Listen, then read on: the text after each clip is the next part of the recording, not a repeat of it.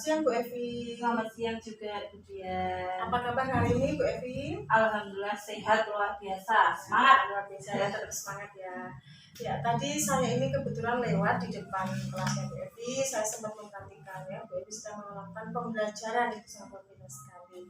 Nah, berkaitan dengan itu, rencana saya ini besok akan melakukan supervisi. Apakah Ibu Evi besok siap kalau saya melaksanakan supervisi?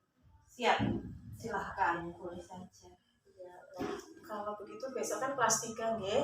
Nah, Bu Evi itu besok temanya apa ya Bu yang akan dipelajarkan? Besok itu kelas 3 sudah memasuki tema 3. Ya.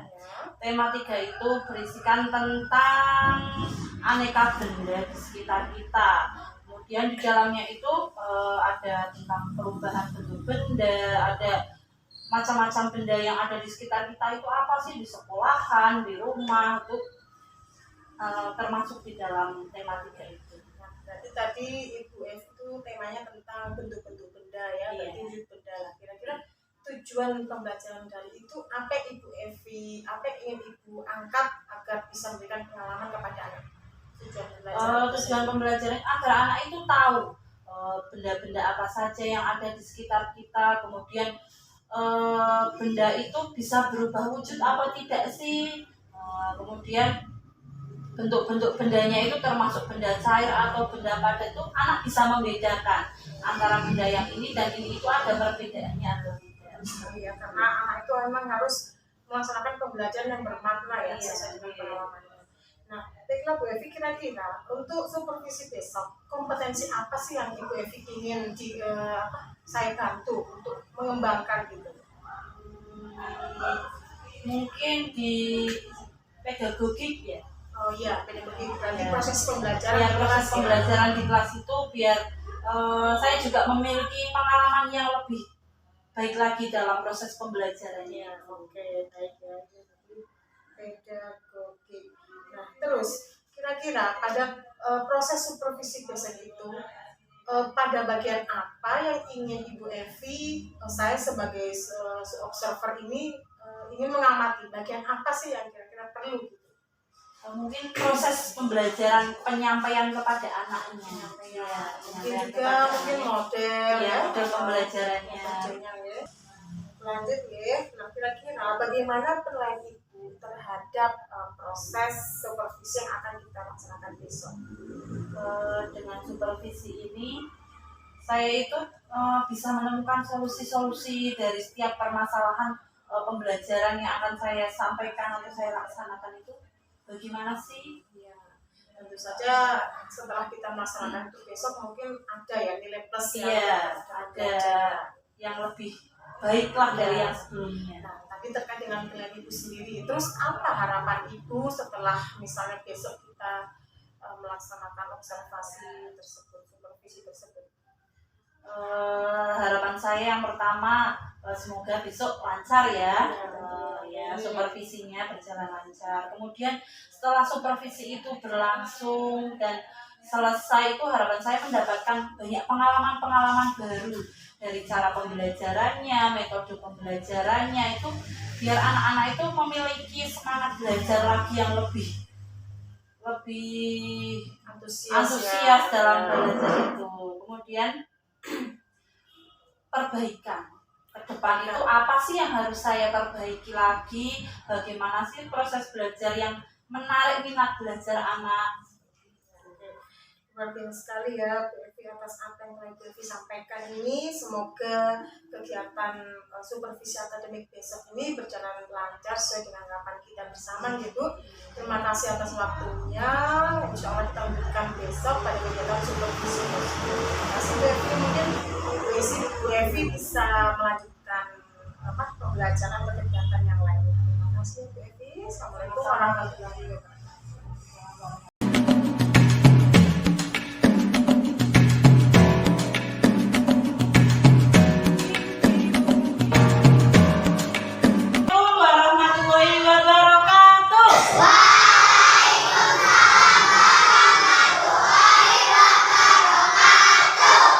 Semangat pagi anak-anak.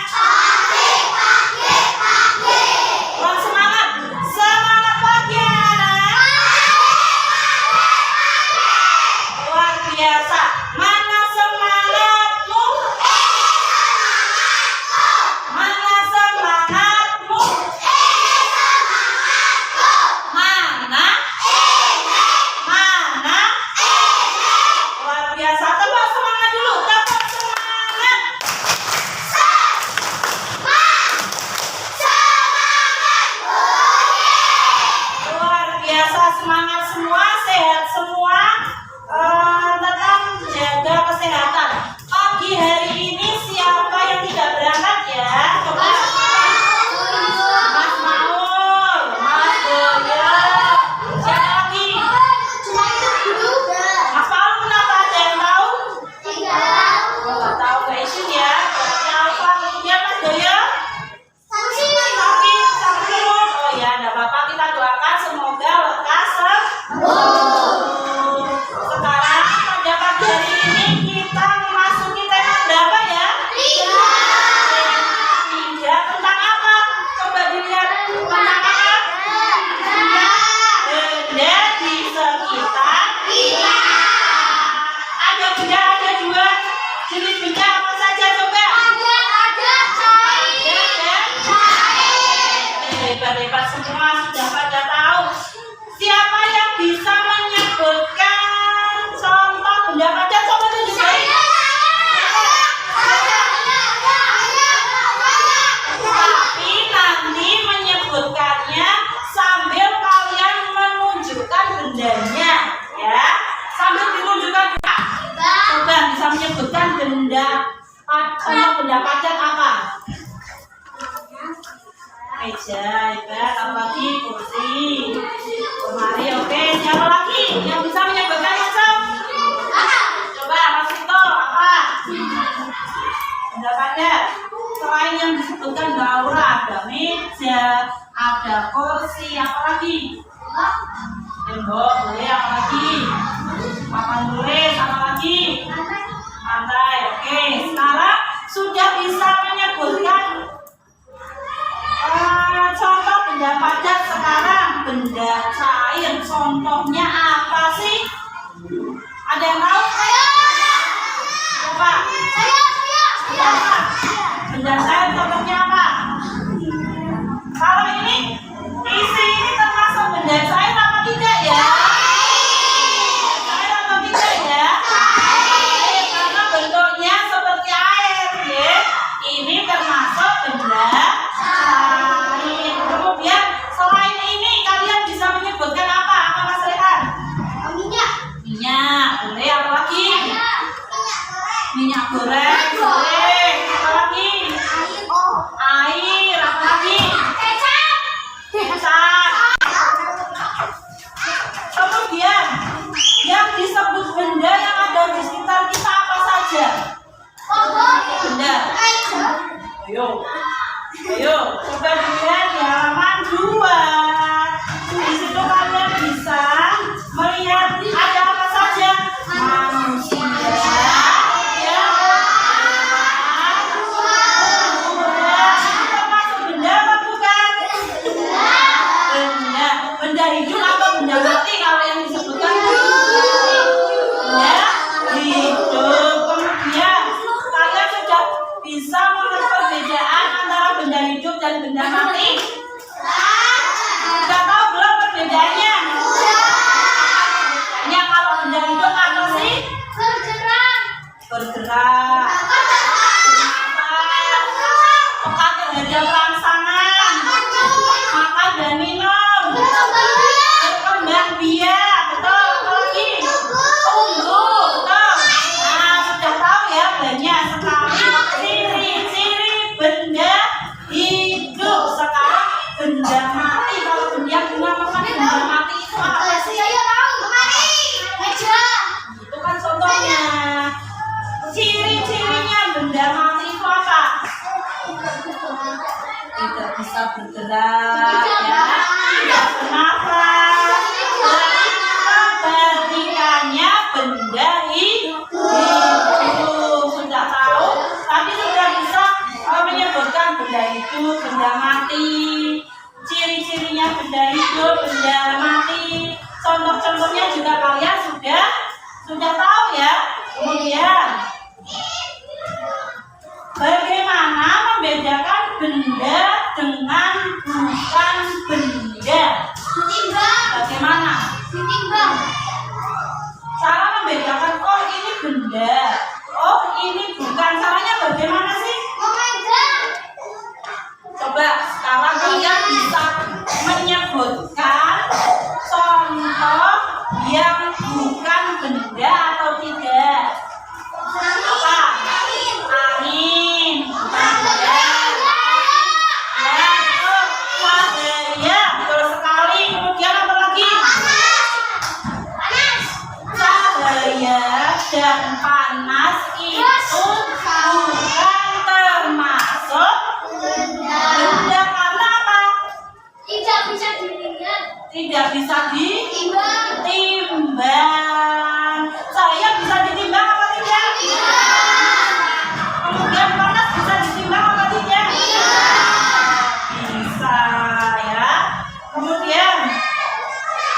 Kalian sudah bisa membedakan antara benda dan bukan benda, ya.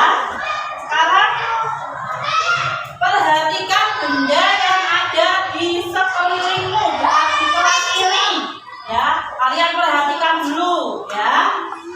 Kemudian setelah kalian perhatikan, benda-benda itu memiliki warna, bentuk, dan ukuran yang berbeda. Ya, tidak harus sama, meskipun benda hidup tidak harus sama, benda mati juga bentuknya tidak harus sama, warnanya pun tidak harus sama, meskipun itu bendanya sama. Contohnya apa, Bu? Misalkan meja. Meja harus selalu berwarna coklat atau tidak? Ya, buku harus berwarna putih atau tidak? Ya. Dan sifat fisik benda seperti warna, bentuk, wujud, dan ukuran tidak sama juga apa? Tidak selalu berukuran sama. Ukurannya tidak sama. Meja ada yang kecil atau tidak?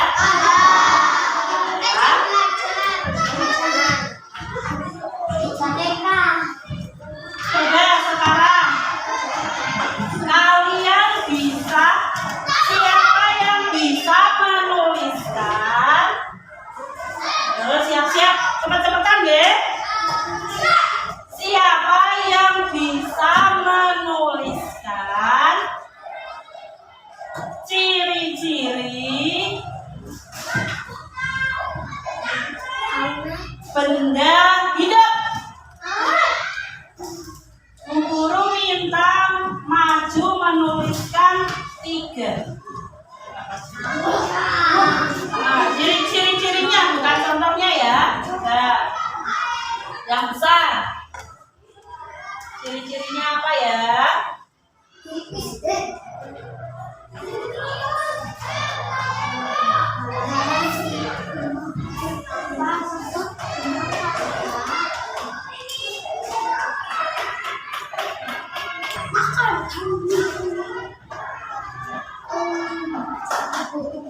Ya, oke. Sekarang jumlahnya ada berapa sih ciri-cirinya? Loh, jumlahnya loh. Kurang 3 lagi. Sekarang yang putra yang bisa menyebutkan macam.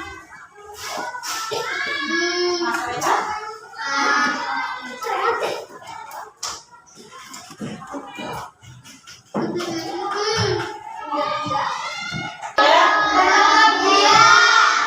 Dari ke-6 ini kalian harus paham dan hafal.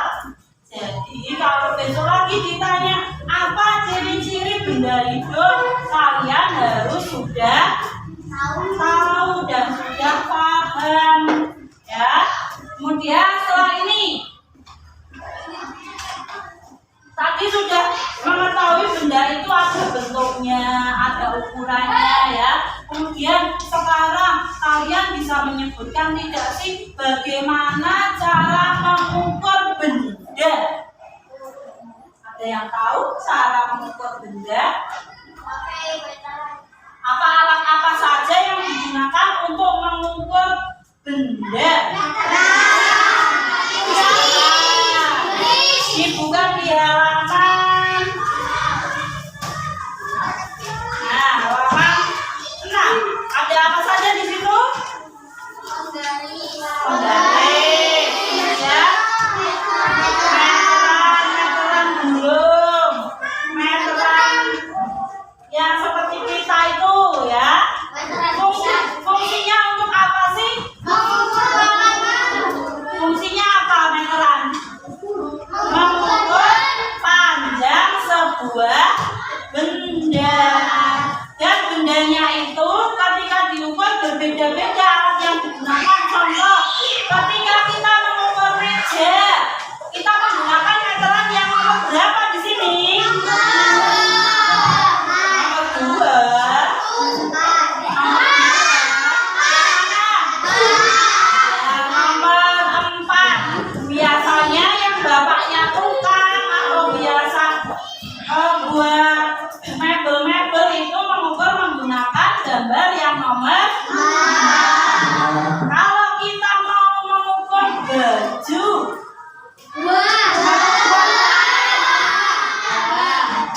nomor 2 ini ya, meteran seperti kita, 5 ya.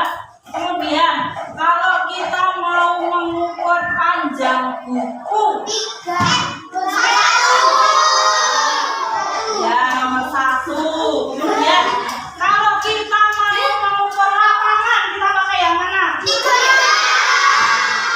Nomor 3. Itu membuktikan kalau setiap benda yang diukur itu menggunakan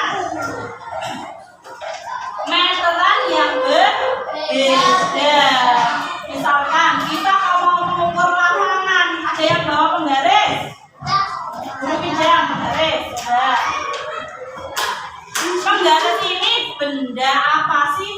Ada ya. Kalau kita mau mengukur lapangan menggunakan ini, kira-kira apa yang terjadi? Nah, terus sekali lama akan membuang waktu lebih lama ya. Bayangke lapangannya lebar, panjang, ukurnya pakai ini. Asal mboten? Selain menguras waktu juga menguras apa? Energi, menguras tenaga. Kalian mau mengukur buku, caranya bagaimana? Diukur saja. Oh, ini panjangnya berapa? Ya, guru punya peta, diukur. Oh, panjangnya berapa? Kalian tinggal menghitung dari senti ke senti. Ya, bisa cara mengukurnya? Bisa cara mengukur menggunakan penggaris? Kalau bisa, kalian dibuka halaman 7. Di situ ada benda apa saja yang diukur? Yang berwarna, pensil, hitam. Ya, ada 5 benda. Tugas kalian adalah mengukur. Di situ sudah ada ukurannya ya. Kalian mengukur nomor 1, panjang penghapusnya berapa senti, nanti dikerjakan. Kemudian panjang pewarna dan seterusnya, nanti kalian mengukur. Tidak menggunakan penggaris karena di situ sudah tertulis di bawahnya. Nanti kalian tinggal menyesuaikan. Cara mengerjakannya bagaimana, Bu Guru? Cara mengerjakannya adalah berkelompok dengan teman sebangku. Ini berarti dikerjakan bareng, ini bareng, ini bareng, ini bertiga nggak apa-apa ya, bareng ya. Paham? Paham cara mengerjakannya? Ini bertiga, ya. Ini 2. Ya, kalau sudah dikeluarkan buku tugasnya, kalian menulis jawabannya di buku tugas. Ya. Lihat di sini ada berapa ini? Nah, pengatur ini berapa senti sih? Dari tulis 3, 1.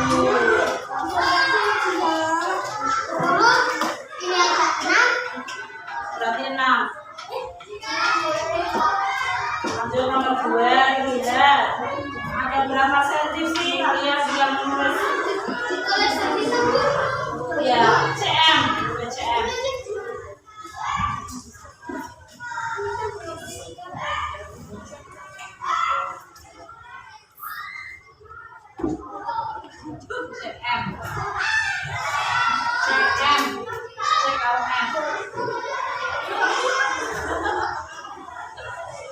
Bagaimana anak-anak, bisa mengerjakan? Bisa semua ya, itu tinggal mengurutkan, tinggal menyesuaikan ukurannya. Bagaimana kira-kira, mudah atau sulit?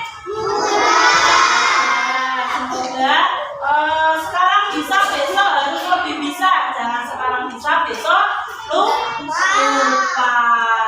Nah, dari pelajaran yang hari ini Bu Guru sampaikan, kira-kira ada yang kalian belum paham tidak? Ada yang belum paham?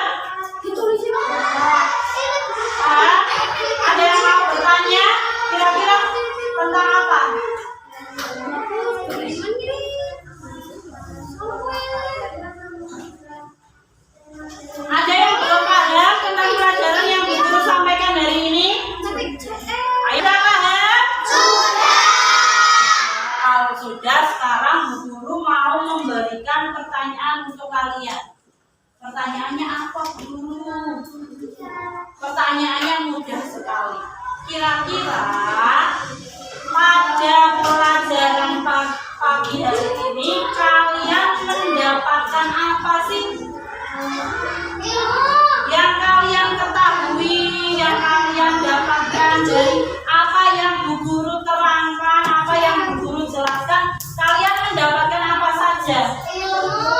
Ilmunya tentang apa?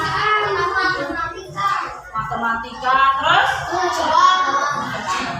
hari ini loh, pagi ini yang Bu Guru sampaikan tadi itu kalian mendapat ilmu apa saja?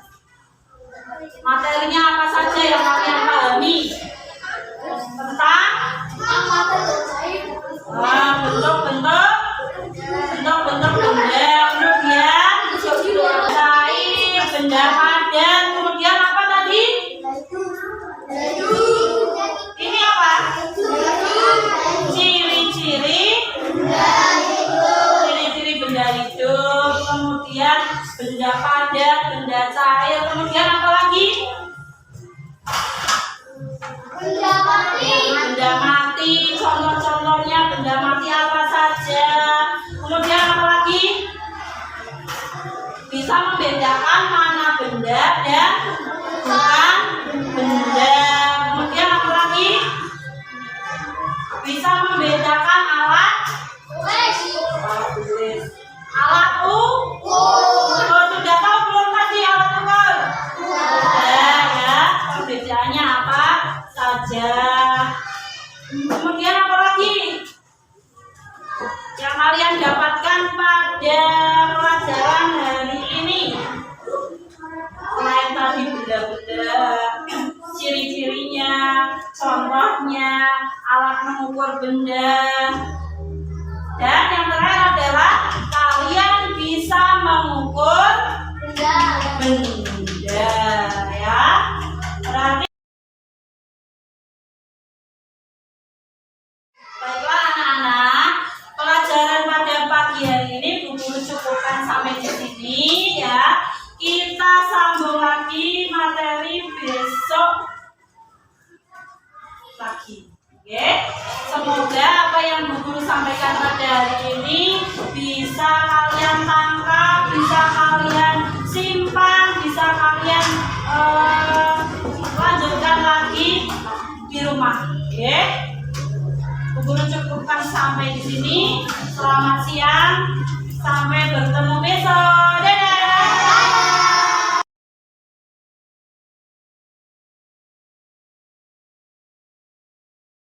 Selamat siang Bu Evi. Selamat siang.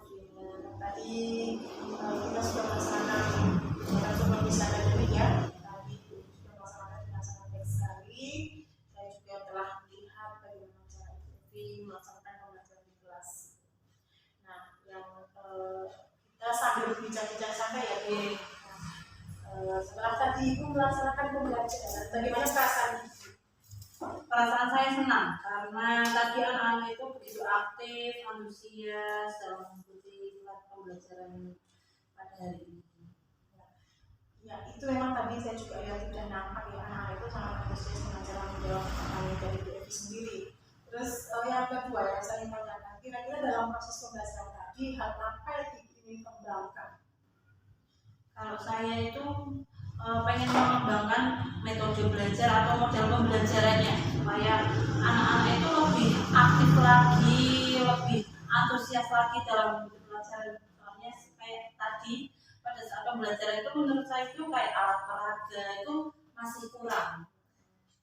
Ya, berarti ya tentang model dan metode Ya, ya dan pembelajarannya. Nah, kira-kira Bu Evi dalam untuk mewujudkan misalnya dengan pembelajaran, apakah Ibu membutuhkan bantuan dari sejawat mungkin dalam pelaksanaan pembelajaran ini? Sangat membutuhkan sekali karena saya lihat dari guru-guru yang sudah merdeka mengajar itu ya, cara mengajarnya itu asik gitu.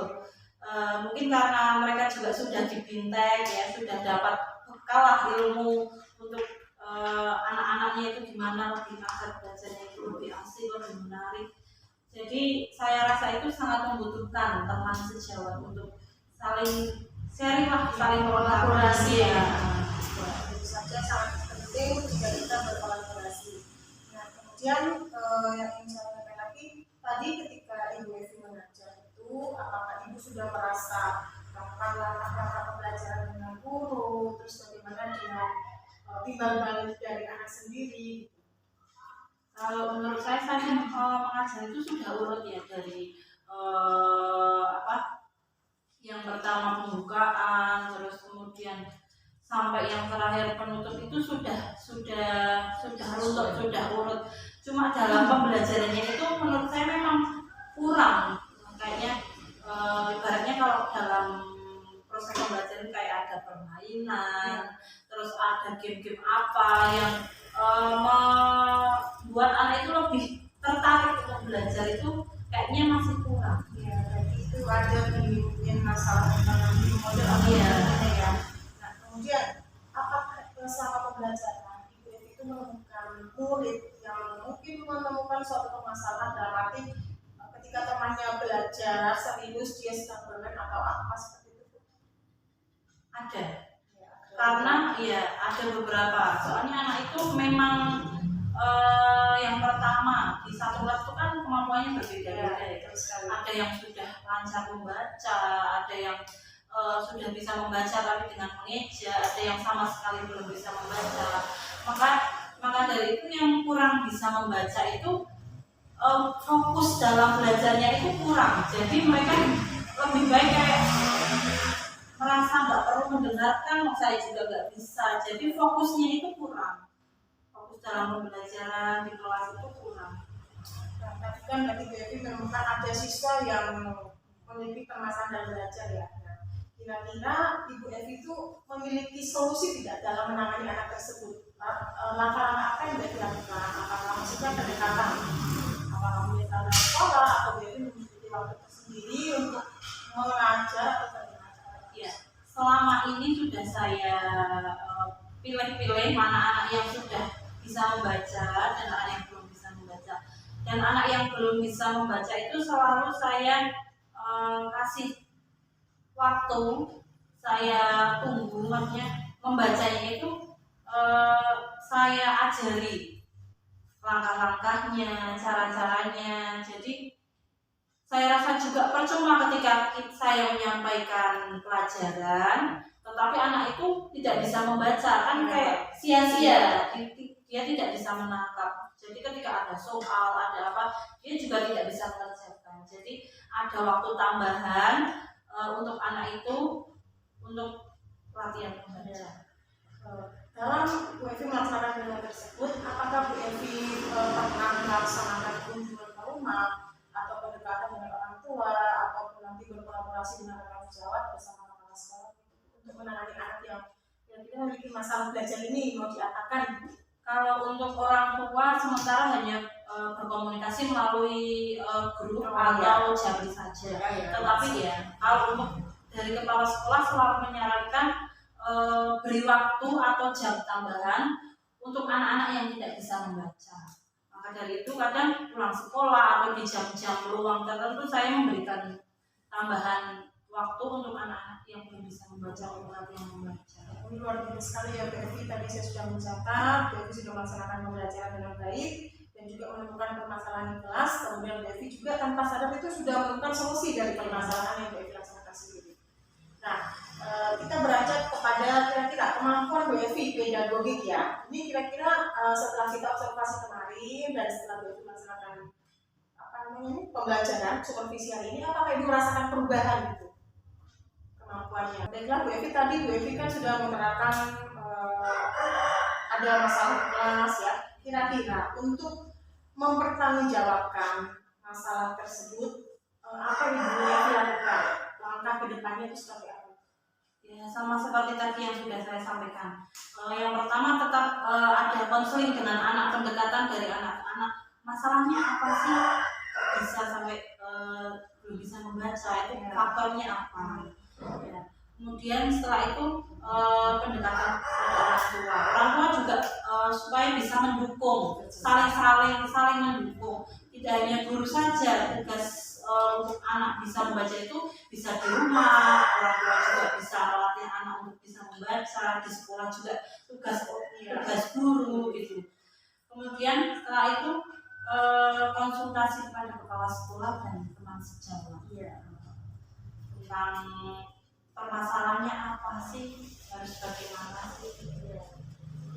sekali Bu Evi ya. Ini saya pikir langkah-langkah yang dilakukan ini sudah sangat tepat ya. Dimana kita pertama harus mendeteksi dulu permasalahan anak itu apa. Pertama anak dulu, kemudian kita deteksi gaya belajarnya seperti apa. Mungkin saja anak itu kurang nyaman dengan proses pembelajaran yang seperti ini, mungkin dia punya cara tersendiri ya.